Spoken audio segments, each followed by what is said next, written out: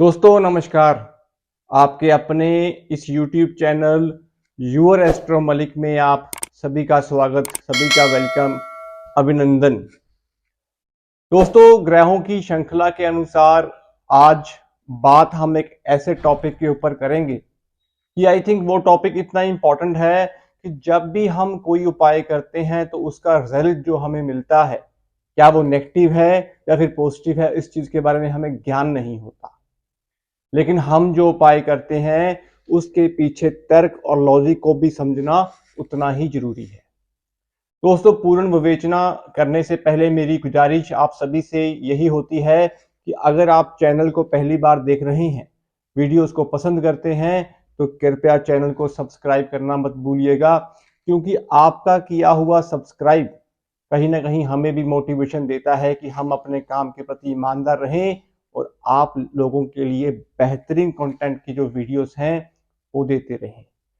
तो सब्सक्राइब का बटन जरूर प्रेस करिएगा और नोटिफिकेशन की जो बेल है उसे भी ऑन कर लीजिएगा, ताकि हम जब लाइव आपके साथ जुड़ें तो आपको उसकी नोटिफिकेशन जो है वो प्रॉपर मिल जाए। दोस्तों वीडियो को शुरू करते हैं। दोस्तों जैसा कि हमने अपने डिस्क्रिप्शन में मेंशन किया है कि जल प्रवाह करते समय हमें किन बातों का ध्यान रखना जरूरी है।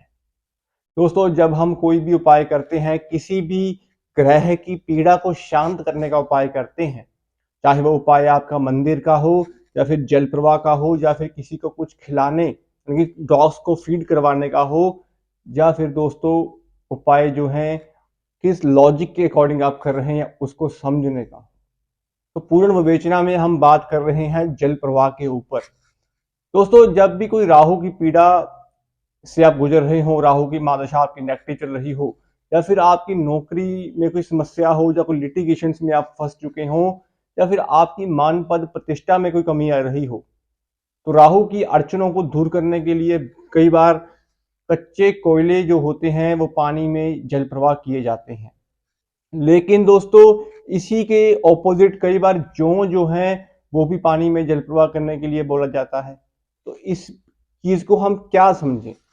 दोस्तों कुंडली के केंद्र के भाव में खाना नंबर 4 जो है, ये एक ऐसा भाव है कि इस भाव में हर ग्रह जब आता है तो अपनी पीड़ा को शांत करता है, क्योंकि खाना नंबर 4 में माँ चंद्रमा का ही भाव है। ये माँ का भाव है, बेसिकली आपके मन का सुकून का भाव है।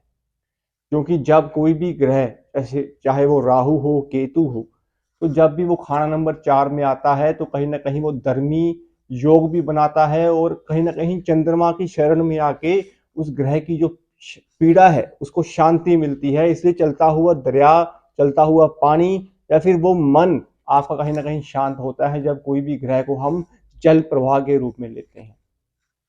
अब इसके पीछे लॉजिक ये है कि चाहे वो राहु की वस्तु जौ हो, अब जौ को राहु की वस्तु को लिया और खाना नंबर 4 जो चंद्रमा का है उसमें पानी में जल प्रवाह कर दिया, तो इस तर्क के पीछे राहु को हमने चंद्रमा के शरण में जो है वो भेज दिया। खाना नंबर 4 कहीं ना कहीं उस चीज को दर्शाता है और राहु की पीड़ा से हमें शांति मिलती है। दोस्तों लेकिन मैं यहाँ पे आपको एक चीज ये बता दूं कि जब आप कोई पक्के घर का उपाय करते हैं, जैसे मैंने कई बार ये अपनी प्रैक्टिस में भी देखा है, जब मैंने लोगों से भी इस चीज के बारे में मैंने ज्ञान लिया है कि जब उनको उपाय जो है वो गलत भी कई बार वो कर बैठते हैं। ऐसे ही कई उपाय थे कि शनि खाना नंबर 12 में बैठे हैं और शनि की उपाय के स्वरूप किसी ने उनको शनि की वस्तुएं, चाहे वो चमड़े के रूप में कोई पर्स हो, चाहे वो बेल्ट हो या किसी भी उर्द हो, तो उनको वो पानी में उन्होंने जल प्रवाह कर दिया। अब इसके पीछे अगर आप ये समझें कि आपने शनि की वस्तु जो ली वो खाना नंबर 4 में पहुंचा के माता को कष्ट कहीं ना कहीं दे दिया। अब इस चीज को समझना जरूरी है कि कुंडली में अगर चंद्रमा नेगेटिव है, आपके कुंडली में जिस भाव में आप उस ग्रह को पहुंचा रहे हैं, क्या वो भाव का मालिक अच्छा है, इस चीज को समझना भी तो जरूरी होता है। दोस्तों चंद्रमा को आप कितनी पीड़ा दोगे। आप चंद्रमा के घर में आपने कच्चे कोयले भी जल प्रवाह कर दिए, चंद्रमा के घर में आपने शनि की उर्द जो है वो भी जल प्रवाह कर दी, शनि चंद्रमा के भाव में आपने कहीं ना कहीं कारक चीजें चाहे वो केतु की चीजें हों या फिर कहीं ना कहीं आप उनके एंटी प्लैनेट्स की चीजें जो हैं वो आपने पानी के अंदर जल प्रवाह कर दी, तो चंद्रमा का वहां पे नाश जो है वो निश्चित हो जाता है।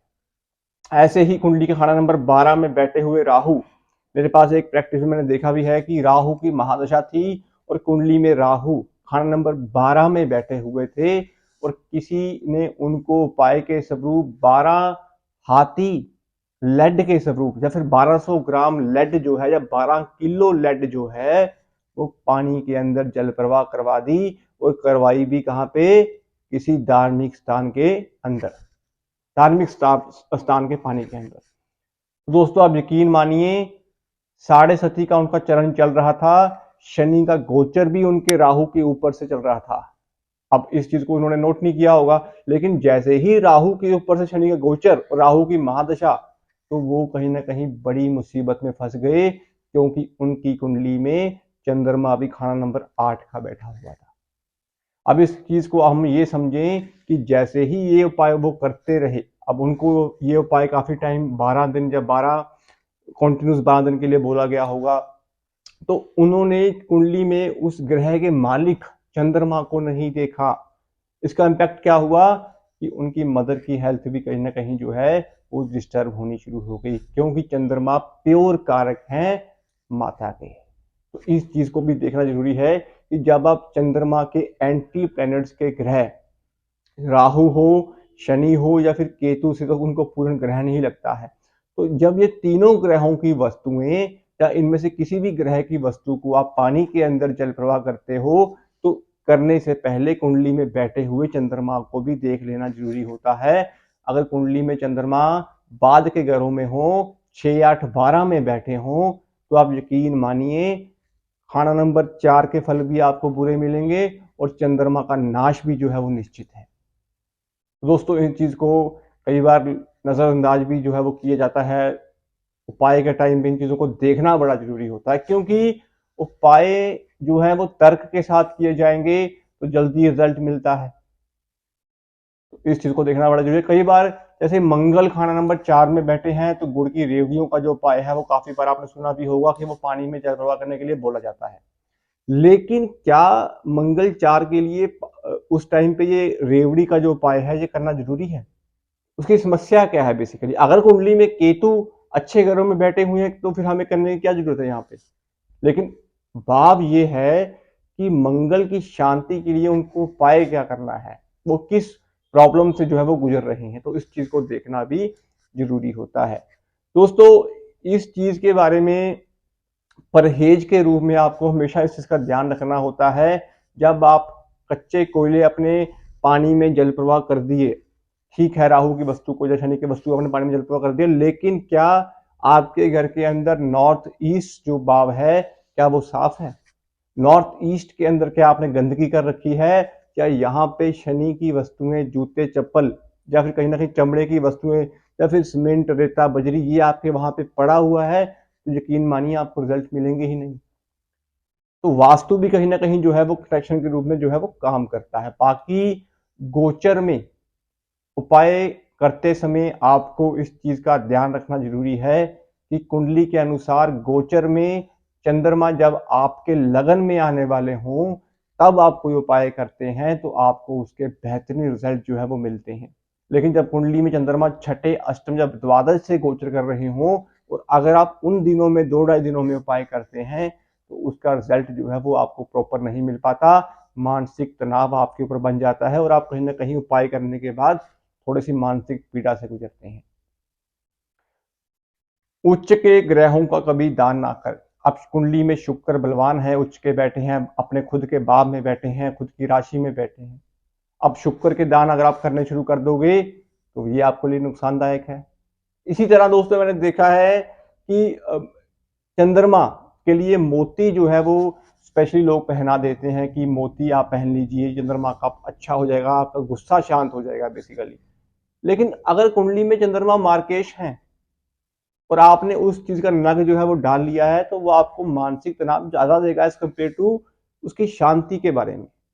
तो आपको इन चीजों को भी समझना जरूरी है। कई बार तो मैंने ये चीजें भी देखी हैं दोस्तों कि लगन मिथुन है और नग जो उन्होंने पहना हुआ है वो पुखराज है, क्योंकि उनकी शादी जो है वो ठीक नहीं चल रही। अब सप्तम का उनको नगर जो है वो डलवा दिया गया है। इसी कुंडली में बृहस्पति के पास जो है वो दसम भाव भी है जो मीन राशि का पड़ता है, वहां पे वो नीच के प्रभाव देने वाले होते हैं। कुंडली में बृहस्पति बैठे भी नीच के ही हैं। अब उनको पुखराज जो पहना दिया गया है तो उससे उनका वेट गेन हो गया है। मैरिज ठीक होने की जगह पे कंफ्यूजन या फिर लड़ाई झगड़े जो बढ़ चुके हैं। तो आपको इन चीज़ों को समझना होगा। कुंडली में गोचर को देखना बड़ा जरूरी है, क्या गोचर आपके फेवर में है। राहु वहीं आपके छठे या तीसरे से तो नहीं गोचर कर रहे और आप कच्चे कोले पानी में जलपुआ कर रहे हो। तो इन चीज़ों को समझें। गोचर में शनि का ढैया चौथे भाव से चल रहा है और राहु के आप कच्चे कोले वहां पे वो जलपुआ कर रहे हैं और चंद्रमा पहले से ही कुंडली में शनि से पीड़ा पीड़ा में चल रहे हैं ढैया के अकॉर्डिंग। तो मानसिक तनाव जो है वो बढ़ जाता है। ग्रहों की शांति करने गए थे लेकिन साथ में अपनी मानसिक प्रताड़ना जो है वो ले आए। तो इन चीज़ों को समझते हुए, ज्ञान लेते हुए कुंडली के अपने ग्रहों को समझें पहले कि आप अपनी कुंडली में देखें कि पानी में जल प्रवाह करने वाला जो आप उपाय करते हैं, चाहे वो नारियल हो या फिर किसी भी ग्रह की कारक वस्तु हो, तो जिस भाव में वो उपाय कर रहे हैं उस भाव के घर के मालिक को तो अच्छा रखें। क्या वो मालिक कुंडली में अच्छा है? तभी तो उस घर के फल आपको अच्छे मिलेंगे। अब मालिक जो है, उस घर का ओनर जो है, वो तो खराब में बैठा हुआ है और आपने उसके घर में दुश्मन को पहले और ज्यादा जो है वो बलवान कर दिया। तो इन चीजों को समझें।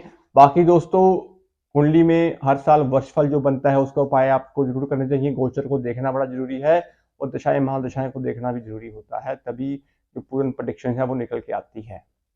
तो दोस्तों, उम्मीद करता हूँ आपको ये वीडियो अच्छी लगी होगी और वीडियो अच्छी लगी हो तो कृपया चैनल को सब्सक्राइब कर दीजिएगा।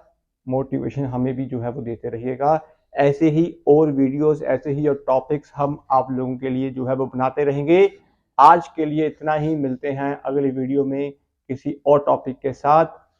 शुभ रात्रि।